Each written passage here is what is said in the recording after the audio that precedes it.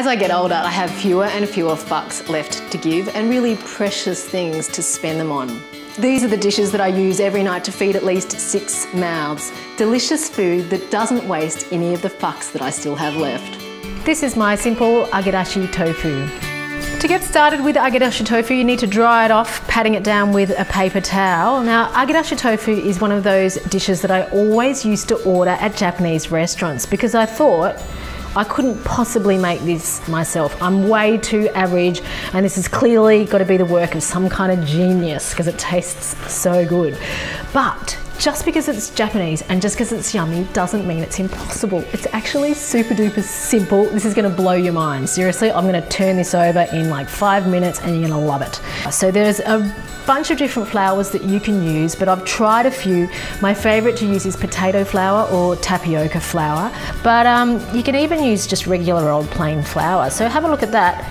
The flour just sticks. There's no complicated batter. That's what blows my mind about this recipe. I thought it was something extraordinary, but it's not. It's just flour and tofu. To check if the oil's hot enough, I just dip the corner of the tofu into the oil, and if it's fizzing and sizzling like that, it's ready. So what you want to do now is just gently lower the tofu pieces in slowly, and that way the bottom has a chance to fry a bit, which means it's less likely to stick when it hits the bottom. Look how good they look frying in there. They're like in an oily onsen. Ow!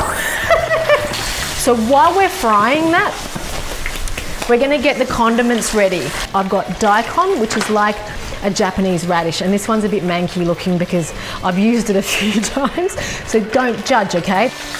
And you don't really need much more than that. Like that's like a little cubic centimetre, that's all you want. So I'm gonna have that standing by, and also some ginger. You don't want too much of that either, so that's probably enough there like that. La la. And so a bit of that. If you don't have either of those things, don't worry, the recipe's still good without them. I like a little bit of green, so I'm gonna chop some spring onion up. Delicious. Now, can we just talk about the sauces? So, as you know, fucks are a finite resource, and to make the sauce from scratch would be really poor fuckonomics. So I've got an example of some of the sauces that you can buy pre-made. This one I actually got in Tokyo. This one I got from a Japanese supermarket, and these two I bought at regular supermarkets. All right, shall we check the tofu? Oh, yeah. See, look at that. I thought it was a really, really hard dish to make. I thought the tofu would crumble and go gooey, or I'd make a mess of it. It's actually just fantastically easy, and everyone loves Agedashi Tofu. My baby, who's 1, he loves it. My teenager, who's 14, she loves it. My hubby loves it. Everyone loves it.